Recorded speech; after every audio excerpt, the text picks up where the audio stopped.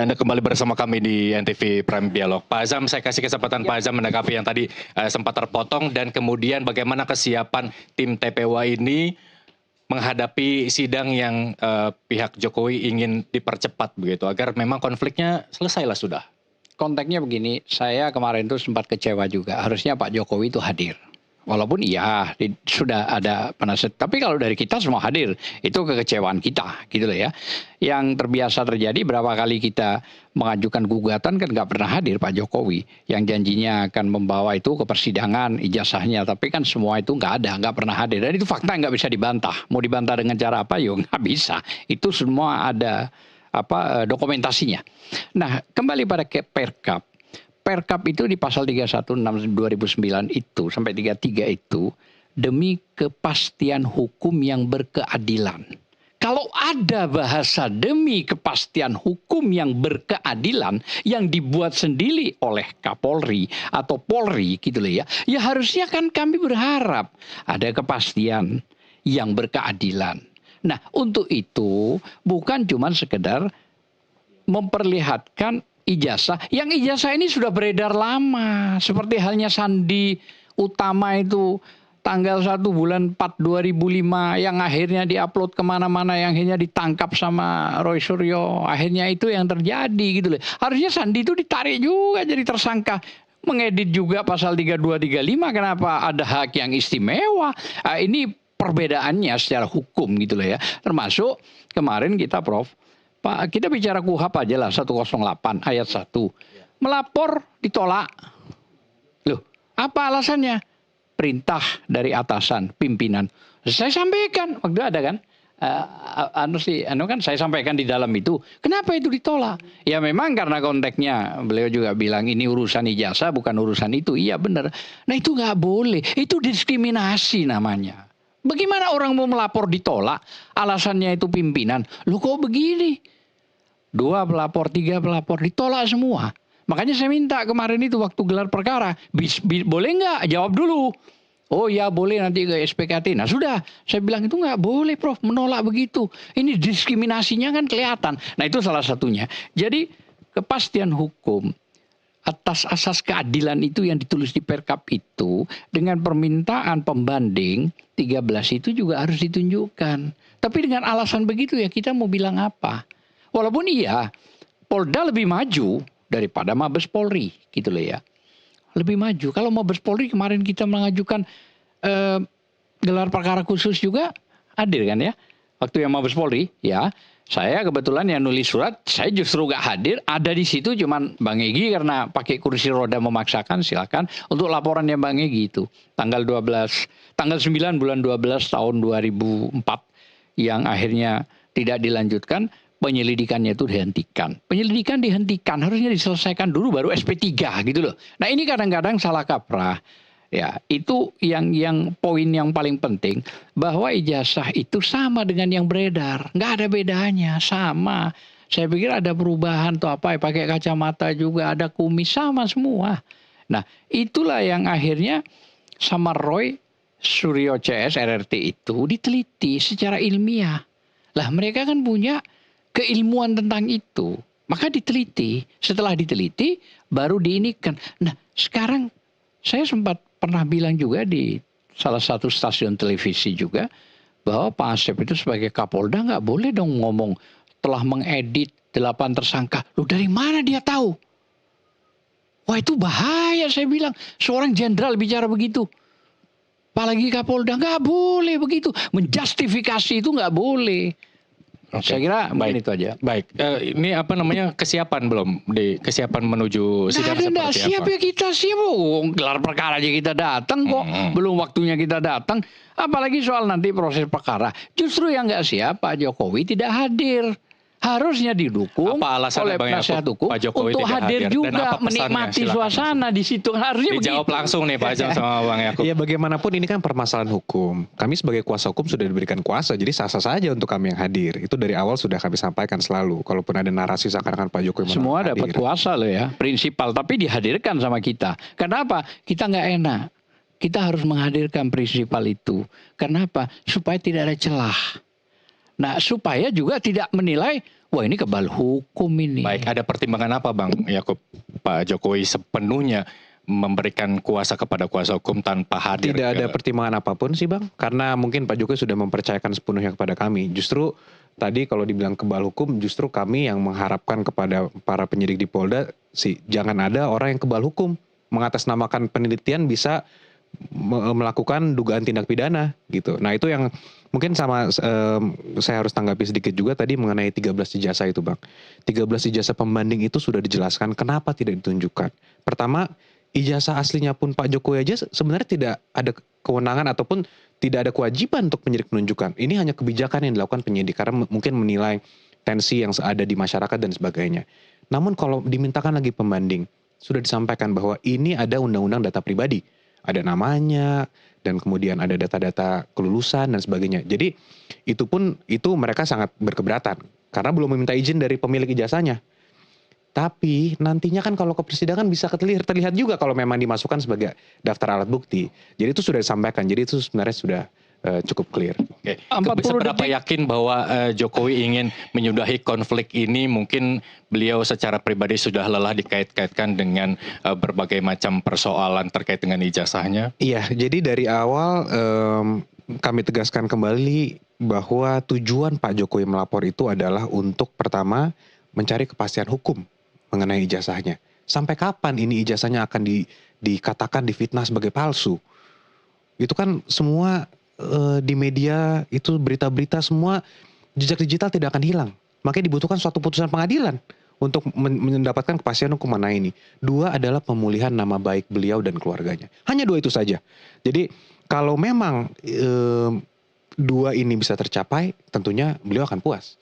Dan satu-satunya jalan untuk ini adalah untuk ini sampai nanti pemeriksaan di pengadilan dan didapatkan suatu putusan pengadilan. Oke, Saya baik ketika meminta- putusan pengadilan mengatakan bahwa ijazah ternyata asli, apakah langkah itu sudah cukup sampai di situ? Pak Azam bertemu Begini, teman-teman. sebelum saya jawab itu, saya akan memberikan satu ilustrasi. Kalau Anda punya HP, berkumpul 4 orang, saya ambil HP Anda, oke? Setelah saya ambil, Anda nggak tahu lagi ke toilet, terus dianggap hilang, berarti ada saksi, mungkin ada CCTV. Saya nggak ngaku. Tapi setelah Anda melapor, baru ketahuan. Begitu ketahuan, sudah dipanggil, barang bukti itu kan. Itu kan, barang bukti. Pada saat penyidikan saya jadi tersangka, pertanyaannya, dasar apa penyidikan itu mentersangkakan orang? Dasarnya kan dari HP yang diambil. Berarti kan harus ditunjukkan kan? Benar nggak kamu ngambil ini? Pidananya kan begitu. Kan begitu, Prof. Lah kalau pidananya tidak ditunjukkan, barang bukti tidak ditunjukkan, bagaimana orang menjadi tersangka? Baik, tapi kan kembali lagi kalau tadi kata Prof, kewenangan penyidik itu tadi bukan Prof? Ya, jadi saya menambahkan ini kan masing-masing Bukan, ini. tadi ada pertanyaan Oke, terakhir, sebentar. Prof. Saya memperdebatkan ini Baik. dua-duanya kepastian hukum. Ya. Justru polisi itu mencari kepastian hukumnya, bekerja dengan sesuai hukum juga, tidak boleh keluar dari norma. Tidak boleh mengikuti kemauan daripada terlapor, tidak juga mengikuti kemauan daripada pelapor. Kepastian hukumnya apa? Gitu. Saya tidak mengatakan yang jelas Polri sekarang sudah bagus ya. Sudah mulai transparan. Mereka melakukan lab terhadap ini loh dokumen. Kemudian juga sudah labnya nggak diterima oleh ini. Kemudian juga masih originalitas buktinya tidak diterima kan gitu. Tapi sifat pembuktian itu kan ada 4. 1, bukti itu valid. Apa? Yang menjadikan lab itu buktinya valid atau tidak. 2, terkini. Waktunya masih rentan. Yang cukup waktu tidak. Memadai. Yang dipakai itu bagus enggak? Terakhir itu asli. Loh kalau yang dipakai lab itu asli, kemudian labnya itu keluar juga tidak identik atau identik. Kemana kita percaya? Kepada polisi. Pekerjaannya hukum siapa? Polisi. Nah justru polisi itulah untuk meyakinkan tadi, ada gelar khusus. Itu sebagian daripada kepastian hukumnya polisi ketika menetapkan tersangka orang, ketika akan melimpahkan di pengadilan. Nah, kalau saya melihatnya bahwa akan lebih baik polisi sudah transparan seperti ini untuk bekerja ditingkatkan lagi. Lembur lah begitu ya. Jangan lama-lama, nggak usah makan lele, jangan bertele-tele. Kalau memang sudah cukup bukti, 184 itu cukup 2 loh. 2 alat bukti, 183-nya yakin alat 2 terbukti, bisa terbukti bersalah. Aman. Tapi kalau 2 tidak alat buktinya nggak ada 184, 183, bisa onslah atau frisbak.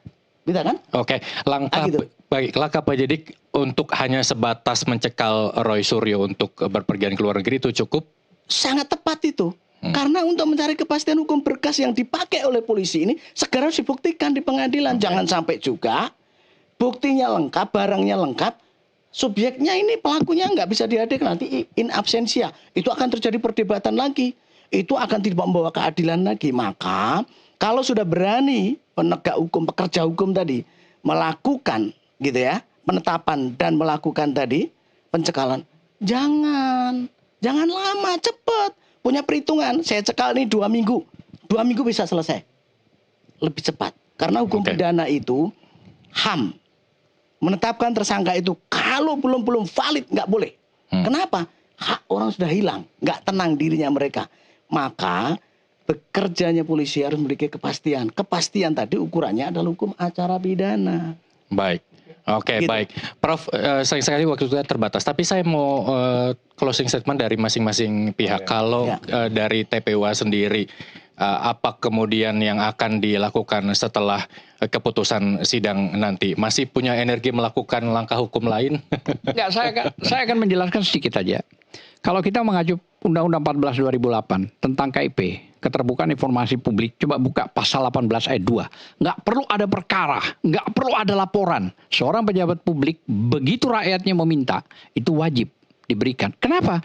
Karena dia pejabat publik. Contoh, Arsul Sani. Begitu di ini, dia pejabat negara, MK, tunjukkan, selesai. Kan gitu. Artinya tidak perlu harus terjadi ada korban. Yang menjadi korban adalah tokoh nasional atau rakyat. Pantaskah maksud saya seorang presiden ini ya kan harus mengorbankan rakyatnya demi hanya sebuah itu? Padahal di Undang-Undang KIP itu ada, belum undang-undang yang lain, belum Undang-Undang Dasar pasal 1 ayat 2. Rakyat berdaulat atas negara, maka rakyat di atas segala-galanya. Nah, itu penting maksud saya disikapi. Saya pikir kalau menjadi orang yang negarawan, nggak perlu itu dipanggil atau dijelaskan atau langsung aja dibuka apa adanya. Masa sekarang apa jadinya kalau tokoh nasional ini harus ditangkap, misalnya nanti ditahan, misalnya nanti, walaupun ini tidak terjadi, ya kan? Cuman yang menjadi momok 6 bulan dicekal, ini kan juga bingung kita. Oke lah, itu lewat lah, sudah tidak apa-apa. Tapi kita berterima kasih kepada Polda lebih terbuka kan daripada Mabes. Dia lebih terbuka, oke, kita hormati itu. Tapi itu yang tadi penting, bahwa pejabat negara itu wajib. Lu bagaimana wong gaji dari rakyat, fasilitas dari rakyat, punya duit sebesar-besarnya dari rakyat. Rumah yang berbeda dengan yang lain para presiden dan wakil presiden 12.000 meter persegi. Bagaimana? Oke, terakhir Pak Azam, jawaban tegas saja. Kalau memang hasil persidangan menyatakan ijazah Jokowi asli, cukup? Itu tidak ada masalah kalau itu. Dan semua sudah pikir, iya kita akan bertarung di situ. Kan ada tingkat PN, ada tingkat PT, ada tingkat MA, ada PK. Itu akan digunakan saluran itu semua. Karena memang undang-undang kan Prof, yang menyuruh. Gitu. Saya kira nggak ada masalah soal itu. Cuman harapan saya, konflik ini memang harusnya disudahi. Dengan cara apa? Saya nggak ngerti juga mau ngomong apa. Baik, kan ikutin aja alur yang sekarang ada ya, paling dijalankan. Tidak Pak Prabowo lah. Bagaimana Pak Prabowo sebagai presiden itu? Oke, baik, terima kasih Pak Azam. Biarkan sajalah proses itu. Bang Yakub, menjelang sidang dan harapan apa hasil kemudian dan langkah hukum berikutnya jika memang benar-benar terbukti bahwa ya memang sesuai keyakinan Jokowi bahwa itu asli begitu? Iya, mungkin pertama saya tanggapi sedikit saja mengenai tadi bahwa mungkin undang-undang KIP dan itu sekali saya tidak mau tanggapi terlalu banyak karena sudah sering kita diskusi itu dan sudah terbukti juga bahwa itu salah satu data yang dikecualikan, ada undang-undang perlindungan data pribadi juga di situ. Dan mengenai Pak Arsul Sani, saya sangat hormat dengan beliau dan justru karena saya hormat dengan beliau, saya tidak mau ada korban-korban lain seperti Pak Arsul Sani yang bisa dipaksa harus tunjukkan walaupun itu tidak apple to apple. Kenapa saya bilang tidak apple to apple? Pak Arsul Sani, saya tidak lihat ada berita orang teriak-teriak untuk gantung Jokowi seperti Pak Jokowi, gantung Pak Jokowi, nusa kambangkan Jokowi. Saya lihat Pak Arsul Sani tensinya tidak seperti itu, sehingga ketika diperlihatkan pun selesai. Nah, ini kemarin sudah diperlihatkan.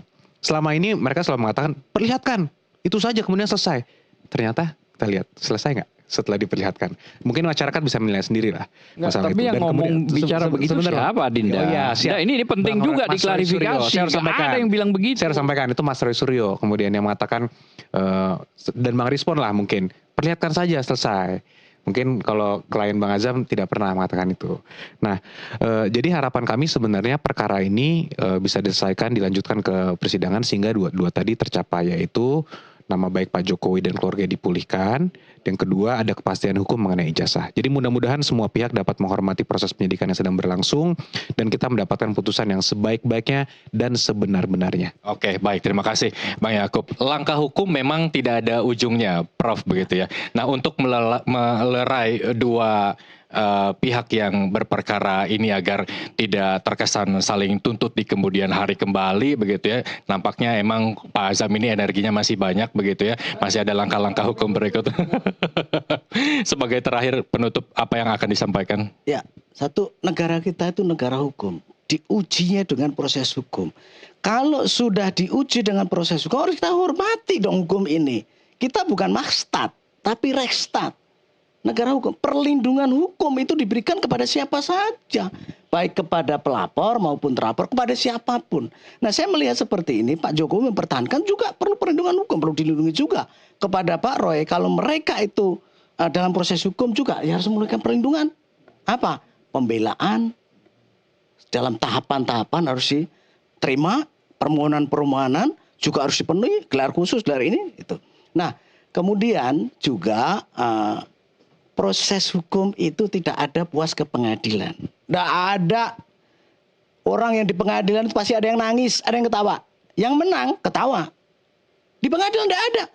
Saya happy karena putusan pengadilan. Tidak ada, Bang. Dalam perkara ini juga nggak ada. Maka ada konsep keadilan restoratif. Tapi ditanya, model keadilan restoratif seperti apa? Konsepnya kan satu. Saling memaafkan. Kan ini saling ego, saling gengsi. Kemudian model apa? Ada pengakuan. Konsep keadilan restoratif, pengakuan. Kan nggak mau pelapor mengakui. Nah, ini saya kira mudah-mudahan penegak hukum mendengar itu. Segera dilimpahkan ke pengadilan. Segera diberikan pemeriksaan di pengadilan dengan terbuka. Saya yakin kita percaya negara hukum. Kita percaya kepada hakim. Kalau udah nggak percaya lagi, rusak negara ini. Mau pindah di mana? Nah, semua negara percaya kepada hakim. Baik. Lagi, puas nggak? Nggak ada yang puas. Nggak ada yang puas. Apakah Ada yang cukup ya? atau Berarti tadi saya salah nanya ke Pak Azam, cukup apa enggak kalau hasilnya memang Jokowi ijazahnya asli. Ya, kita harus menghormati putusan hakim ini walaupun gitu ya, tidak onslah gitu. Oke. Atau terbukti atau onslah. Kita hormati itu. Oke, baik. Begitu. Terima kasih, Prof. Sayang sekali waktu kita terbatas. Kita tunggu hasil polisi melakukan P21 untuk melakukan persidangan dan kita tunggu juga hasilnya. Terima kasih Pak Azam, terima kasih Prof. Joko, terima kasih, Bang Yakub, dan Dialog Prime harus saya akhiri. Pemirsa, saya Muhammad Rizal akan kembali di NTV Prime selanjutnya. Tetaplah bersama kami.